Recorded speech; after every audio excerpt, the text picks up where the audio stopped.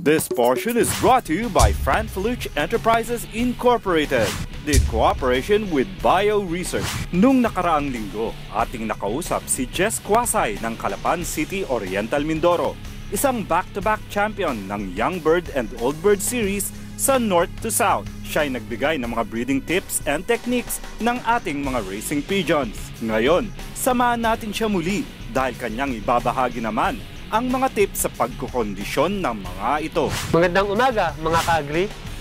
Ako po si Jess Quasay, taga Calapan City, Oriental Mindoro. May club po kami dito, CPSC. Ang loop name ko po ay Tres Marias Loop.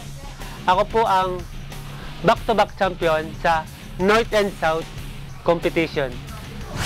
North place po kasi kami ngayon eh.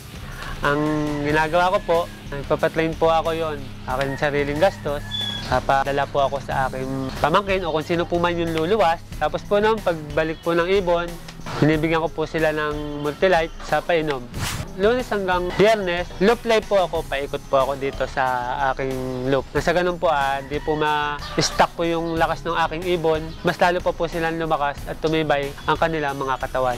Pag malapit na po yung aming derby na tinatawag namin, nagsiself-training pa rin po ako ng mas malayo na po. Pag po ang derby ay dumating na, doon ko na po papasok yung aking racing condition. Ang gamit ko po, Multilight, Super B12 po na tinatawag. Bibigay po ako noon bago po i-load ang ibon. Then po, pagbalik po ng ibon, 2 hours upon arrival, ibinibigay ko po ulit yung kalahati po ng Super B12. Bali po ito yung solo winner champion ko po ng Aklan. Ito po yung di ko malilimutan na ibon. At ito po rin yung mahal na mahal kong ibon. Kasi po, siya po yung nagpakilala sa akin dito po sa Oriental Mindoro. Isa pa po, sa lahat po ng Oriental Mindoro Club, ako lang po yung una-unang nakagawa po ng solo winner champion. At ito rin po yung trophy na hindi ko po malilimutan kasi nga po, solo champion, ibig po sabihin ng pag sinabi pong solo champion, solo winner din po. At siya rin lang po yung may pauwing ibon. May maipapayo po ako sa inyo na 4 pong kategorya. Una po ay tinatawag nating breeder. Kailangan po ang ating mga breeder ay galing po sa winning line. Padalwa po, malinis po dapat ang ating loop. Nang sa ganun po ay maging malakas po ang ating mga ibon.